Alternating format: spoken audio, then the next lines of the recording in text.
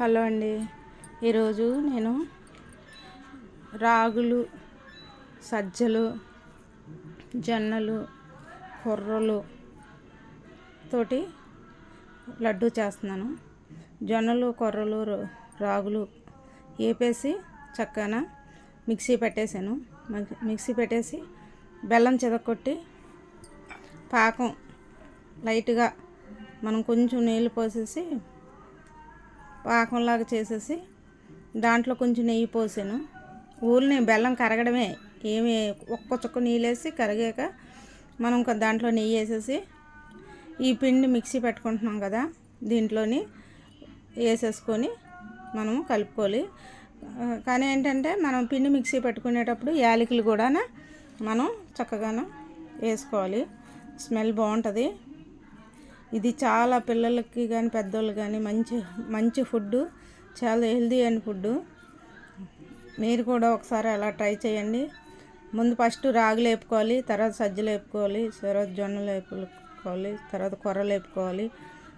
ఇవి 4 వేపుకున్న తర్వాత చక్కగా మనం వేసుకుంటే పిడికిడు బియ్యం కూడా వేసుకోవచ్చు, వేసుకోకపోతే వేసుకోకర్లేదు.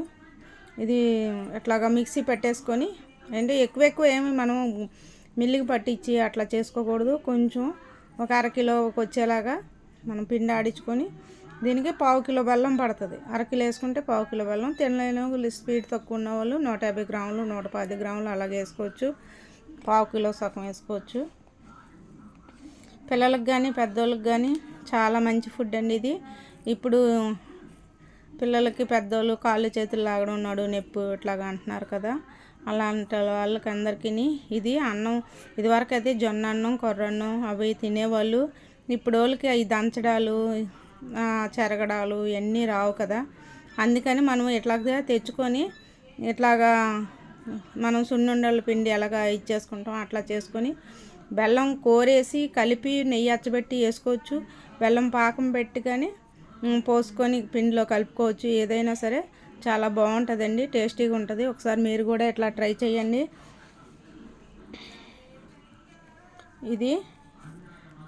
ఇది వరకు పాత ఫుడ్డు. మనం కావాలంటే జావలాగా కూడా కాసుకోవచ్చు. అవన్నీ అంటే చాలా పెద్ద పని. ఇది ఒకసారితో అయిపోద్ది.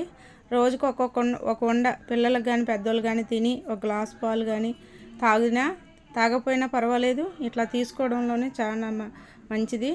పిల్లలు, పెద్ద వయసు అయిన వాళ్ళు ఉన్నవాళ్ళు కానీ అట్లాగా మనకి చక్కగా ఇలా చేసి పెట్టామనుకోండి, ఒక అరకిలోకి చూడండి ఎన్ని వచ్చాయో.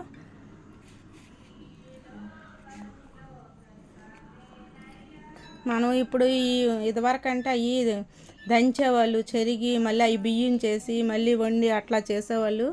మనకి సిటీ కంచెల్లోని మనకి ఇక్కడ అవ్వవు అవన్నీ దంచడాలు అయ్యి ఇప్పుడు పిల్లలకి ఎవరికి రావట్లేదు. అందుకని ఇప్పుడు ప్యాకెట్లు చక్కగా డీమార్ట్లోని, ఎస్మార్ట్లోని ఇలా వాటిల్లోని మనకి అమ్ముతున్నారు. మనం అవి తెచ్చుకొని ఇట్లా వేపేసుకొని మనం సున్నుండలు ఎలా చేస్తామో సేమ్ అట్లాగే చేయండి, చాలా బాగుంటుంది.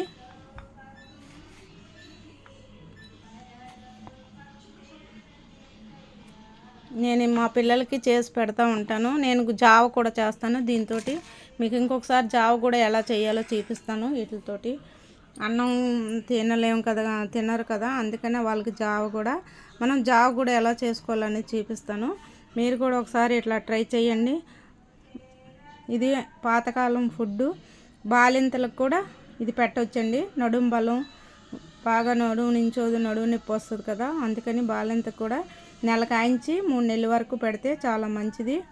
ఒకసారి మీరు కూడా ట్రై చేయండి. ఇది పెద్ద వయసులు కానీ చిన్న వయసులు కానీ ఎవరికైనా సరే ఇది మంచి ఫుడ్. బ్లడ్ పడుతుంది, రోగనిరోధక శక్తి పెరుగుతుంది, ఐరన్, కాల్షియం అన్నీ పుష్కలంగా అన్నీ ఉంటాయి కనుక మనకి ఈ ఫుడ్లోని. పాతకాలం వాళ్ళు అందుకే అంత గట్టిగా ఉండేవాళ్ళు అవన్నీ తినడంలోని. మనం ఆ విధంగా వాళ్ళకి అప్పుడులోనే చేసుకునే ఇది ఉండేది, మనకి ఇప్పుడు ఉండట్లేదు కనుక మనం ఇలా తయారు చేసుకొని తిందాం. స్వీట్ కావాల్సినంత మీకు ఎంత కావాలో అంత చేసుకోవచ్చు. నెయ్యి కూడా మీకు ఎంత కావాలో అంత వేసుకోవచ్చు. ఒకసారి మీరు కూడా ఇట్లా ట్రై చేయండి.